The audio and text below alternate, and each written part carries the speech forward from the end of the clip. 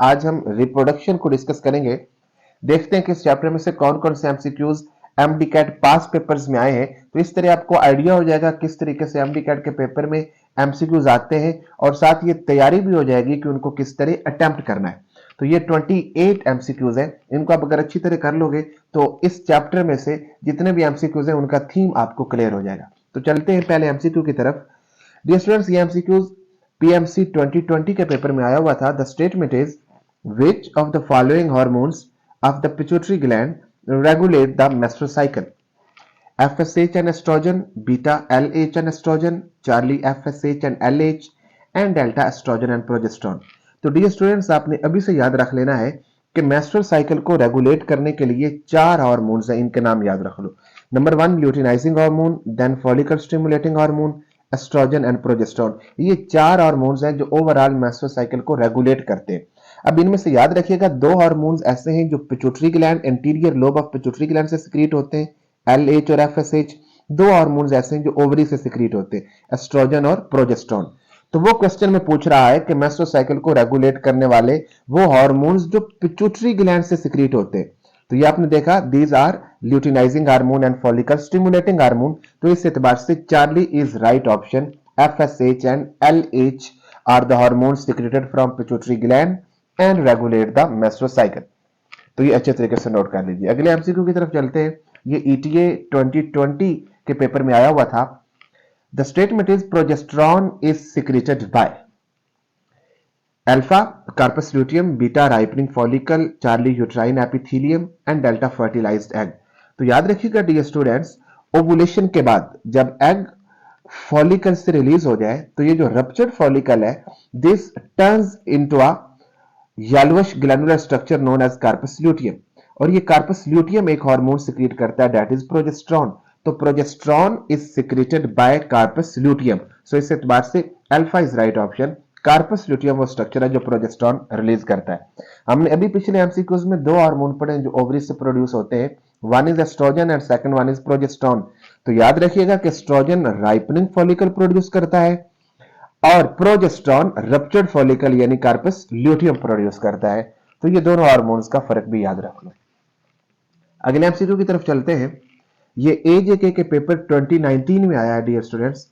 Secretion of FSH is inhibited by alpha testosterone, beta estrogen, Charlie progesterone and delta LH. तो याद रखिएगा dear students, FSH आकर follicle cells को stimulate करता है और वो एस्ट्रोजन प्रोड्यूस करते हैं और ये एस्ट्रोजन फिर जाकर पिट्यूटरी ग्लैंड को स्टिमुलेट करता है, बल्कि इनहिबिट करता है एफएसएच की सिक्रीशन को। तो secretion of FSH is inhibited by estrogen. So beta is right option. Estrogen hormone FSH की सिक्रीशन को इनहिबिट करता है। So it exerts negative feedback on FSH and positive feedback on LH. ये भी अभी से नोट कर लो। ये एमसीक्यू डियर स्टूडेंट्स एजीके 2019 में आया हुआ है। On the onset of puberty in the females the pituitary gland releases the alpha progesterone, beta luteinising hormone, Charlie oxytocin and delta follicle stimulating hormone. तो डियर स्टूडेंट्स, पुबर्टी के बाद जब menstrual cycle का आगाज होना होता है तो pituitary gland follicle stimulating hormone produce करता है और वो जाकर फॉलिकल्स की डेवलपमेंट काज करता है। सो delta is right option, follicle stimulating hormone. तो डियर स्टूडेंट्स, आप इन चारों हार्मोन्स को अभी से अच्छे तरीके से नोट कर लो क्योंकि आगे बार बार इन्हीं में से एमसीक्यूज रिपीट होते रहने। उसके बाद क्वेश्चन 5 देखिए। ये भी पीएमसी 2020 के पेपर में आई हुई थी स्टेटमेंट, इसको बड़ी तवज्जो के साथ समझिएगा। Which one of the following represents the changes that occur in the ovary and the uterus approximately every 28 days involving ovulation with the breakdown and loss of the lining of uterus? तो ये जितने भी process हैं ये किस phenomenon में हो रहे हैं? Alpha ovulation, beta uterine cycle, Charlie menstrual cycle and delta embryo formation. तो डियर स्टूडेंट्स, ये सारे प्रोसेस जो यूट्रस और ओवरीज के अंदर चेंजेस हो रही हैं, ये सारे की सारी चेंजेस मेंस्ट्रुअल साइकिल का हिस्सा है। सो इस एतबार से चार्ली इज राइट ऑप्शन। ये मेंस्ट्रुअल साइकिल की यूं समझे कि डेफिनेशन भी है। तो यूट्रस के अंदर और ओवरी के अंदर 28 डेज पर मुश्तमिल ये जो जितने भी चेंजेस हो रही हैं या जितने भी इवेंट्स हो रहे हैं इनको कलेक्टिवली मेंस्ट्रुअल साइकिल कहते हैं। क्लियर? अगले क्वेश्चन की तरफ चलते हैं। Question 6, which of the following hormone stimulates the ovulation from the follicle into oviduct? MDCAT 2019 में ये एमसीक्यू आया हुआ था। Alpha estrogen, beta luteinising hormone, Charlie follicle stimulating hormone and delta progesterone. तो डियर स्टूडेंट्स याद रखिएगा, पिट्यूटरी ग्लैंड से एक हार्मोन सिक्रीट होता है एलएच ल्यूटिनाइजिंग हार्मोन, और ये आकर फॉलिकल को स्टिमुलेट करता है और उससे ओवम रिलीज होता है, यानी ओवुलेशन काज करना किसका काम है? एलएच का। So luteinizing hormone is right option, beta is right option. LH आकर फॉलिकल से ओवम को रिलीज करवाता है ओविडक्ट के अंदर। सो ये नोट कर लो। क्वेश्चन 7 देखिए, ये भी एमडीकैट 2019 में आया हुआ था। Which hormonal pair would maintain the endometrium. Endometrium is the inner lining of uterus and make it receptive for implantation of embryo. ये वो जगह है जहां पर एम्ब्रियो आकर इंप्लांट होता है। वो दो हार्मोन्स कौन से हैं जो एंडोमेट्रियम को मेंटेन रखते हैं? Alpha LH and progesterone, beta estrogen and FSH, Charlie LH and FSH, delta estrogen and progesterone. तो हमने चार हार्मोन्स जो स्टूडेंट पढ़े थे, एस्ट्रोजन और प्रोजेस्टेरॉन, ये ओवरी से रिलीज होते हैं। एफएसएच और एलएच ये पिट्यूटरी ग्लैंड से रिलीज होते हैं। तो एलएच और एफएसएच ये आकर ओवरी पे एक्ट करते हैं, जबकि एस्ट्रोजन और प्रोजेस्टेरॉन ये यूट्रस की एंडोमेट्रियम पर एक्ट करते हैं। तो एलएच और एफएसएच आकर एंडोमेट्रियम पे एक्ट नहीं करते, वो आकर ओवरी पे एक्ट करते हैं, और ओवरी से फिर जो एस्ट्रोजन और प्रोजेस्टेरॉन रिलीज होते हैं ये जाकर एंडोमेट्रियम पर एक्ट करते हैं। तो इस एतबार से delta is right option. Estrogen and progesterone maintain the endometrium and make it receptive for implantation of embryo. तो अगेन देखो, उन्हीं चार हार्मोन से वो मुख्तलिफ एंगल से क्वेश्चन पूछ रहा है, तो आप इसको अच्छे तरीके से नोट कर लो। क्वेश्चन 8 देखिए dear students, during spermatogenesis the dash which are haploid cells eventually mature into spermatozoa or mature sperms. Alpha secondary spermatocytes, beta spermatogonia, Charlie primary spermatocytes and delta spermatids. तो डियर स्टूडेंट्स, वो चीज जो direct या eventually mature sperms में differentiate हो रही है, that is spermatids. ये देखें, स्पर्मेटोगोनियम से primary spermatocytes, then secondary spermatocytes, then spermatids, और स्पर्मेटिड्स आगे मैच्योर होकर स्पर्म्स बन रहे हैं। So here sperms, these are haploid cells and eventually mature into sperms. So delta is right option. These are spermatids. Next MCQ देखिए, MDCAT 2018 में आया हुआ था। Which of the following hormone acts on the uterus wall for thickening? Alpha zona pellucida, beta oxytocin, Charlie progesterone and delta FSH. तो dear students ये देखिए, ये endometrium develop होना शुरू होगी, एस्ट्रोजन ने आकर इसके अंदर वेस्कुलरेशन करना शुरू कर दी, लेकिन इसकी जो मेन थिकनिंग है जो इसको रिसेप्टिव बनाती है एम्ब्रियो रिसेप्शन के लिए, तो this is progesterone. Corpus luteum से प्रोजेस्टेरॉन सिक्रीट होता है और एंडोमेट्रियम की थिकनिंग काज करता है। So Charlie is right option. Progesterone acts on the uterus wall for thickening. Clear? Next MCQ भी डियर स्टूडेंट्स एमडीकैट 2018 में आया हुआ था। Which hormone is released in females in response to FSH from the pituitary gland? Alpha oxytocin, beta LH, delta ADH and Charlie ADH and delta progesterone. तो dear students याद रखिएगा, female के अंदर FSH आकर फॉलिकल पर act करता है, follicle oestrogen produce करते हैं।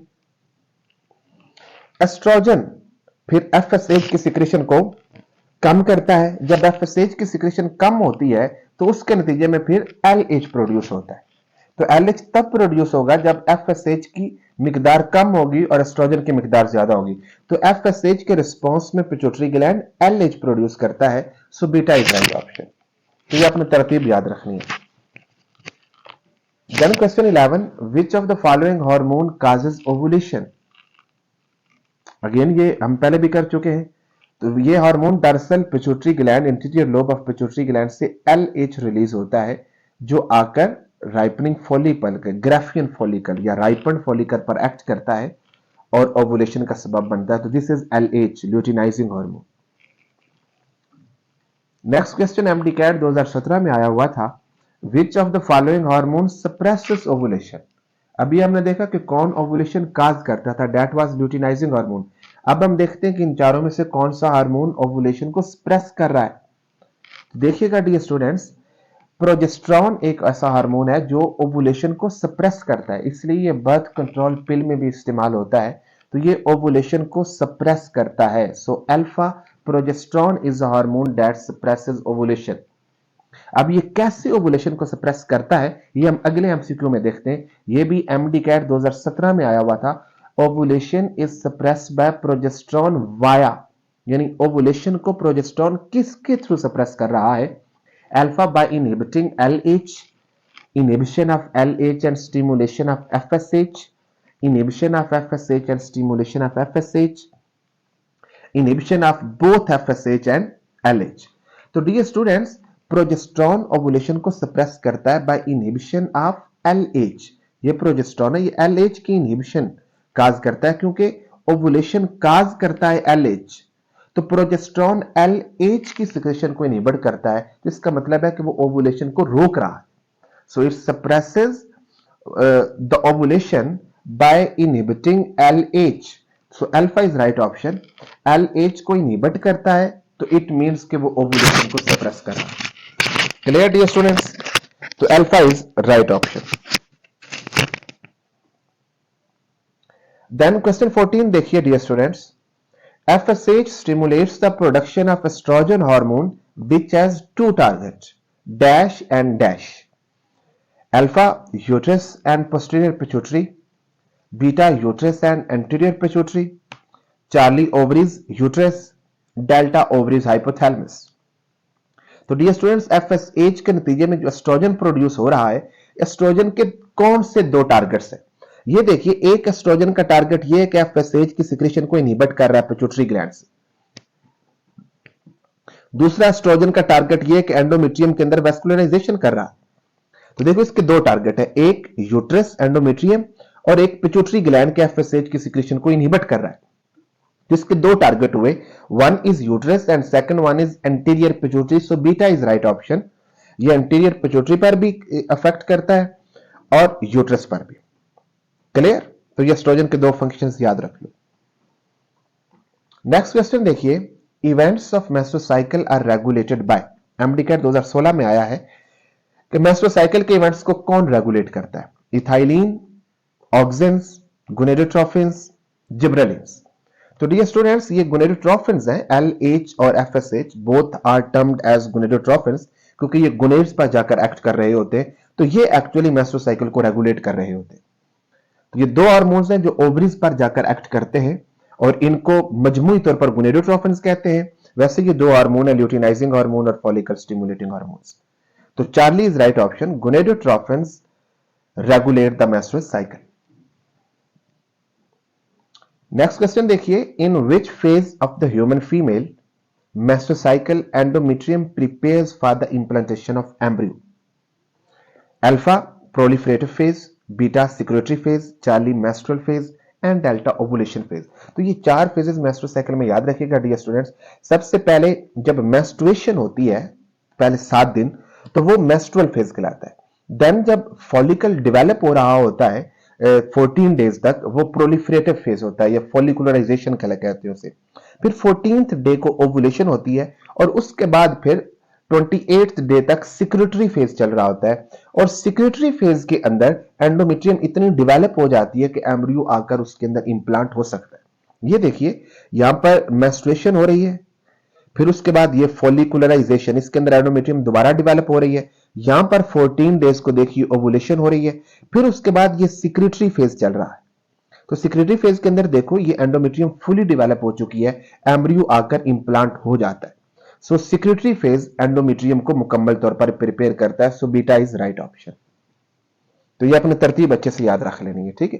पहले दिन मेंस्ट्रुएशन चल रही होती है, पहले 5 से 7 दिन तक, फिर उसके अंदर प्रोलिफरेशन स्टार्ट होती है, फॉलिकल डेवलपमेंट होती है और साथ एस्ट्रोजन आकर वेस्कुलराइजेशन करता है। 14th डे को ओवुलेशन होती है और फिर उसके बाद सिक्रेटरी या ल्यूटियल फेज होता है जिसमें प्रोजेस्ट्रॉन और एस्ट्रोजन आकर इस पे एक्ट कर रहे होते हैं और इसकी फर्दर थिकनिंग काज करते हैं और एंडोमेट्रियम को इस काबिल करते हैं, बनाते हैं कि एम्ब्रियो आकर इंप्लांट हो सके। तो ये तरतीब मेरे बेटे आप लोगों ने याद रख लेनी है। उसके बाद क्वेश्चन 17 देखिए, the oocyte release during ovulation is in, MDCAT 2015 में सवाल आया है। अब ये बड़ा इंपॉर्टेंट बात है। Anaphase 1, anaphase, metaphase 1, prophase 1, metaphase 2। तो डियर स्टूडेंट्स याद रखिएगा कि स्पर्मेटोजेनेसिस की तरह oogenesis मुकम्मल नहीं होती। oogenesis का अमल मियोसिस 2 पर आकर मेटाफेज 2 पे रिस्ट्रिक्ट कर जाता है। जब oogenesis हो रही होती है तो मेटाफेज 2 पर आकर प्रोसेस रुक जाता है और जो फॉलिकल से oocyte रिलीज हो रहा है that is actually secondary oocyte। ये oocyte है, इससे आगे प्राइमरी oocyte बनता है। प्राइमरी oocyte है मियोसिस 1 से, वो सेकेंडरी oocyte बनता है। तो ये सेकेंडरी oocyte आगे फर्दर जब डिवीजन होती है मियोसिस 2 में तो मेटाफेज 2 पर आकर ये प्रोसेस रुक जाता है और ओवरी से जो रिलीज हो रहा है oocyte वो एक्चुअली सेकेंडरी oocyte है। तो जब तक ये स्पर्म आकर इसकी फर्टिलाइजेशन काज नहीं करता है, ये देखो ये स्पर्म, उस वक्त तक मेटाफेज 2 से अगला प्रोसेस कंप्लीट नहीं होता। तो मेटाफेज 2 पर रिस्ट्रिक्ट कर जाता है सेकेंडरी oocyte और उसी सूरत में रिलीज होता है। तो इस एतबार से देखिएगा कि oocyte जो ओवुलेशन के दौरान ये रिलीज हो रहा है this is actually secondary oocyte और ये कौन से फेज पे रिस्ट्रिक्ट हो गया था? मेटाफेज 2 पे। ठीक होगी बात? तो सेकेंडरी oocyte जब रिलीज हो रहा है तो कौन से फेज पर था? मेटाफेज 2 पर। सो डेल्टा इज राइट ऑप्शन। तो यह अपने स्पर्मेटोजेनेसिस और oogenesis में फर्क भी याद रखना है। द नेक्स्ट क्वेश्चन देखिए, in females FSH stimulates the ovary to produce alpha progesterone, beta estrogen, Charlie prolactin and delta oxytocin. तो हम पहले भी डिस्कस कर चुके हैं कि FSH आकर दो काम करता है, एक तो फॉलिकल की डेवलपमेंट करता है, दूसरा फॉलिकल को स्टिमुलेट करता है कि एक और हार्मोन प्रोड्यूस करें that is estrogen. So FSH stimulates the ovary to produce estrogen. So beta is right option. Estrogen produce होता है फॉलिकल से। नेक्स्ट क्वेश्चन देखिए, on puberty the development of primary follicle is stimulated by. ये भी हमने अभी देखा है, एमडीकैट 2014 में ये सवाल वैसे आया था। तो ICSH, LH, FSH, एस्ट्रोजन, इनमें से कौन है जो प्राइमरी फॉलिकल की डेवलपमेंट को स्टिमुलेट करता है? तो अगेन स्टूडेंट्स याद रखो दिस इज FSH। इसके नाम से ही पता चल रहा है फॉलिकल स्टिमुलेटिंग हार्मोन। तो ये फॉलिकल को स्टिमुलेट करता है, उनकी डेवलपमेंट को स्टिमुलेट करता है। So Charlie is right option, FSH नाम से ही पता चल रहा है। नेक्स्ट क्वेश्चन 20 देखिए, एमडीकैट 2014 में आया हुआ था। A yellowish glandular structure formed after the release of an egg from the follicle is called alpha carpus luteum, alpha carpus callosum, beta carpus luteum, charlie graffian follicle and delta follicle atresia। तो dear students याद रखिएगा कि जब ovulation हो जाती है follicle से तो उसके बाद जो रप्चर्ड फॉलिकल है ये ग्लैंडुलर बन जाता है, येलोइश स्ट्रक्चर बन जाती है और इसको कार्पस ल्यूटियम कहते हैं। So beta is right option. It is a yellowish glandular structure and it is formed after ovulation. जबकि कार्पस कैलोजम ये अपने ब्रेन के अंदर पड़ा था कि जो सेरिब्रल हेमिस्फेयर्स को बैंड ऑफ एक्सॉन्स आपस में कनेक्ट करती है। Graafian follicle dear students mature follicle को कहते हैं।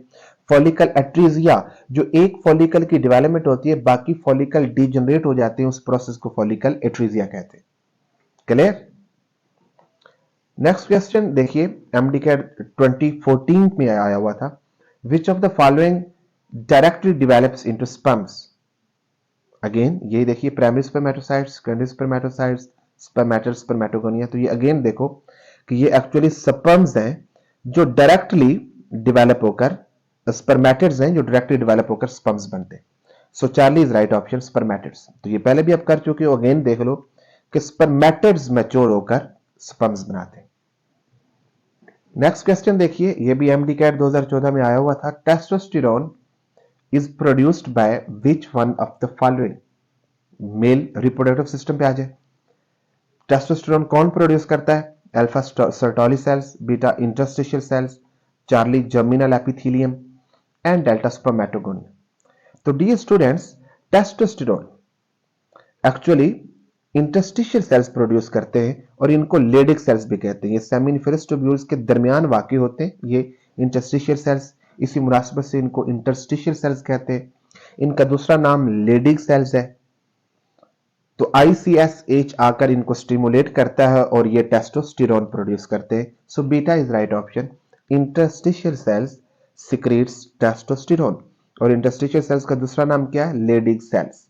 ये कहां पे वाक़ई होते हैं? सेमिनिफेरस ट्यूब्यूल्स के दरमियान। क्वेश्चन 23 देखिए, spermatogonia differentiate directly into, MDCAT 2013 में आया है। अब देखो, पहले उन्होंने स्पर्मेटिड्स का पूछा था कि वो डायरेक्टली स्पर्म बनाते हैं, अब वो स्पर्मेटोगोनिया का पूछ रहे हैं। तो अगेन आप इस डायग्राम को देखो, तो सबसे पहले देखो ये स्पर्मेटोगोनियम है, ये वो पहला सेल है जहां से स्पर्मेटोजेनेसिस का आगाज होता है।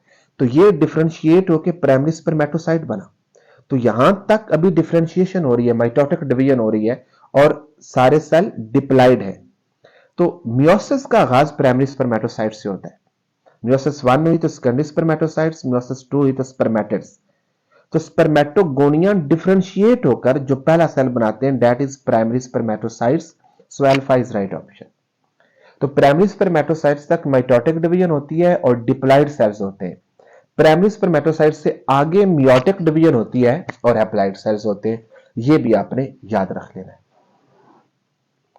Question 24, a type of cells in human testis which produce testosterone are called. ये भी अभी हम कर चुके हैं। तो these are actually interstitial cells या लेडिक सेल्स जो टेस्टोस्टेरोन प्रोड्यूस करते हैं। तो ये 2013 में भी आया हुआ था, 2014 में भी आया हुआ था। उसके बाद डियर स्टूडेंट्स आपने याद रखना है what is the location of interstitial cells in the testis. ये जो अब आपने अभी देखा है कि इंटरस्टिशियल सेल्स जो टेस्टोस्टेरोन प्रोड्यूस करते हैं ये कहां पर वाक़ई हैं? Alpha inside the seminiferous tubules, beta among the germinal epithelial cells, Charlie between the seminiferous tubules and around the testis. तो याद रखिए डियर स्टूडेंट्स, ये टेस्टिस के अंदर ये सेमिनिफेरस ट्यूब्यूल्स है और इन सेमिनिफेरस ट्यूब्यूल्स के दरमियान ये सेल्स वाकई, इनको इंटरस्टिशियल सेल कहते हैं इसलिए क्योंकि ये ट्यूब्यूल्स के दरमियान वाकई होते हैं। So they are present between the seminiferous tubule. So in options में से चार्ली राइट ऑप्शन है। Interstitial cells are present between the seminiferous tubule. और ये कौन सा हार्मोन प्रोड्यूस करते हैं? रिकॉल करें, testosterone.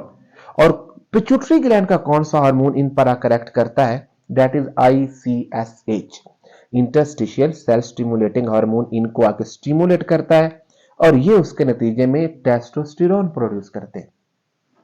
Clear dear students? Next question देखिए, decrease of FSH and increase of estrogen cause pituitary gland to secrete. ये भी देखिए, somatotrophin, testosterone, luteinizing hormone and spermatogonium. तो याद रखिएगा डियर स्टूडेंट, सबसे पहले FSH सिक्रीट होता है, वो अगर फॉलिकल की डेवलपमेंट काज करता है और उन्हें स्टिमुलेट करता है कि एस्ट्रोजन प्रोड्यूस करो। तो एस्ट्रोजन का लेवल जब बढ़ता है तो FSH को इनहिबिट करता है। तो FSH का लेवल जब डिक्रीज हुआ, एस्ट्रोजन का लेवल इंक्रीज हुआ, तो उस वक्त anterior lobe of pituitary gland एक और हार्मोन सिक्रीट करता है दैट इज ल्यूटिनाइजिंग हार्मोन और ये जाकर ओवुलेशन काज करता है। So Charlie is right option. Luteinizing hormone उस वक्त प्रोड्यूस होगा जब एस्ट्रोजन का लेवल इंक्रीज करेगा और FSH का लेवल डिक्रीज हो। 27 देखिए, एमडीकैट 2011 में आया हुआ था। विच one of the following differentiates directly into mature sperms. ये देखो 3 मरतबा ये एमडीकैट के पेपर में आया है, तो आपको याद होना चाहिए कि ये स्पर्मेटिड्स हैं जो डायरेक्टली मैच्योर होकर स्पर्म्स बनाते हैं। Clear? So delta is right option. Last MCQ dear students देखिएगा, the first cells produced by the repeated cell division of germinal epithelium of testis are alpha interstitial cells, beta secondary spermatocytes, Charlie spermatogonia and delta spermatids.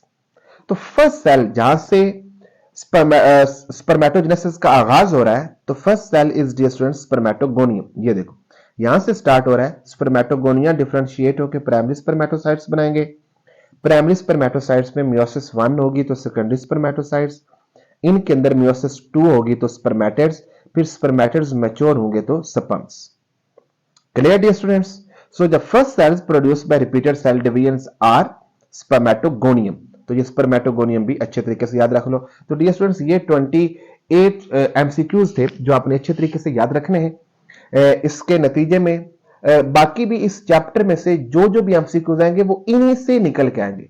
वो बाद में statement थोड़ी बदल देंगे, hormones की तरतीब बदल देंगे। बहरहाल बेसिक थीम यही रहेगा, आप इनको बार बार सुने, अच्छे तरीके से याद रखें। मिलते हैं अगले चैप्टर के साथ, तब तक अपना बहुत सारा ख्याल रखिएगा। अल्लाह हाफिज।